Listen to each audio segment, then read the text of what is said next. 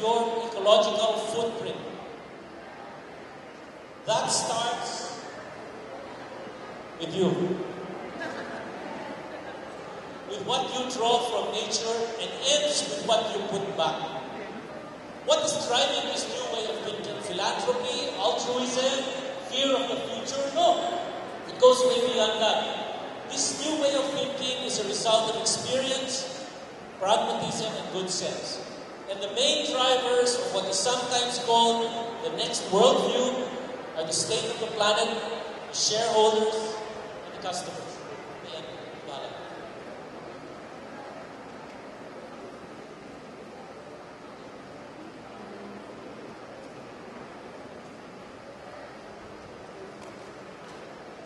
For the 21st century, your century, the concept of stewardship and sustainability will be your building blocks. Even our Islamic brothers, they have a concept called Khalifa, and that also means guardianship. Your commitment to stewardship today and into the future will establish your relevance and your drive towards sustainability as individuals and as a society. Will define whether or not we will thrive as a growing and competitive nation. In today's world, sustainability has become a big, big word.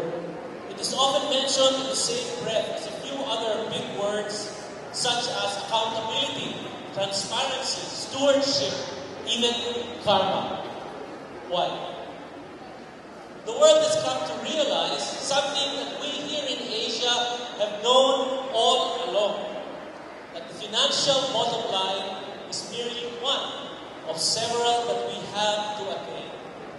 Along with economic goals, the 21st century corporations will look at environmental targets, social objectives, and the happiness and well-being of their own staff.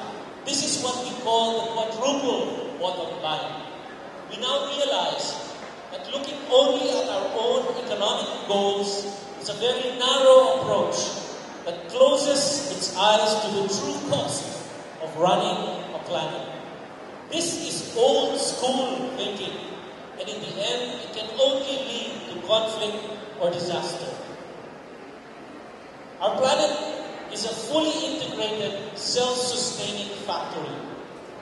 And biodiversity is its organizational chart. The Great Migrations are quality control systems that utilize survival of the fittest as one way to ensure that only the best, the strongest, and the quickest feed and breed to keep natural systems humming. But humankind has altered the manufacturer's defaults that came in this factory, and now our boilers have begun to overheat. We must fix this. A global response has taken root and is fast gaining momentum. The world is changing. Are you on board? I hope you are, because this world is your child. Your challenge is to transform this child. And I'm afraid you no longer have the luxury to simply accept things the way they are. Why? Sting refers to my generation as those born beneath an angry star. The human activities caused by my generation has forced our planet into a process of change that is accelerating at a rate that has no historical parallels. Some of it is good, but much of it, like climate change, is going to be destructive in an almost biblical scale. This has begun. And I want you to watch that screen on my right, your left. Let me lead you through where we are today.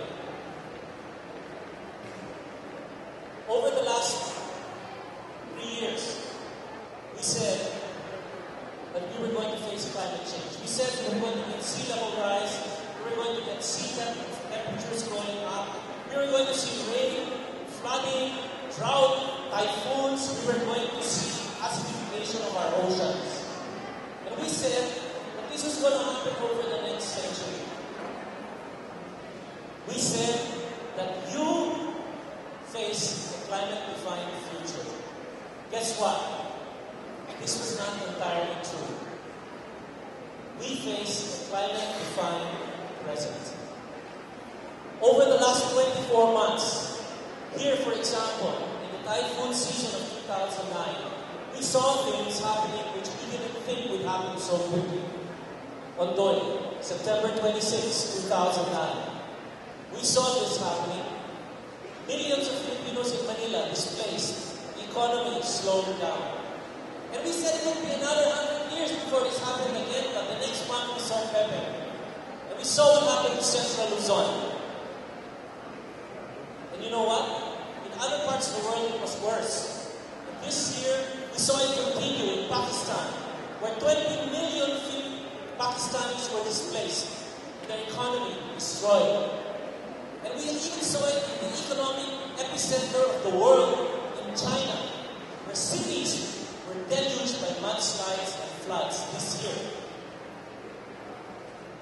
In Thailand, in Malaysia as well. And this rainfall is only going up. It's not getting worse. We were followed by El Nino, which hit our shores this year. You're seeing El Nino here in Bohol, in Magatan, Isabela, and in Mindoro. The impact on rice, on the economy, on food security was something we did not expect. Along with El Nino, we saw warning of sea temperatures. We know that all our coral reefs will reach 31 Celsius. Normal temperature is only 28. We saw ice melting in 6 years when it used to take 100. We saw a glacier formed 5 times the size of Manhattan, forming an ice floe. And this year, we saw temperatures hitting 32 Celsius throughout the Philippines. This is not the future, this is today. In fact, this was last season. The climate change coral bleaching episode we saw. The sea level rise. We were saying 1 to 4 meters in 100 years. We saw 1 meter in 10 years in Palawan.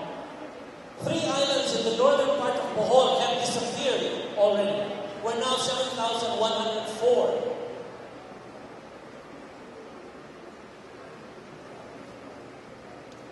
We live in a part of the world with the worst storms. This year, we saw the worst storm that has ever hit Luzon with winds over 300 kilometers per hour. Leaving Isabela, Cagayan, and Shanghai. Acidification, that great unknown, where pH of the ocean allows fish to develop bones. It stands at 8. This year we hit 6.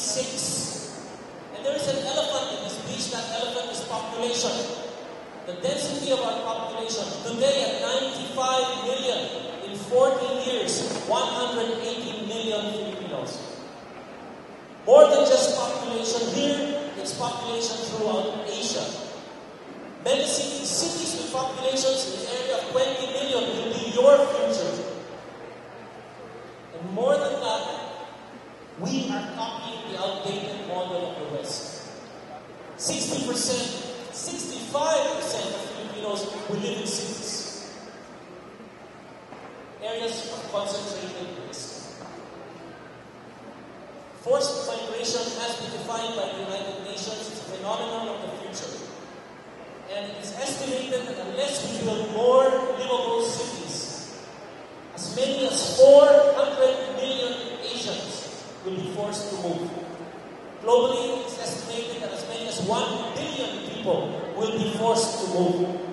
Let me tell you a story about this little town in Mindoro. There are 60,000 people living in this town of Sandayan. And 40 years from now, there will be 120,000.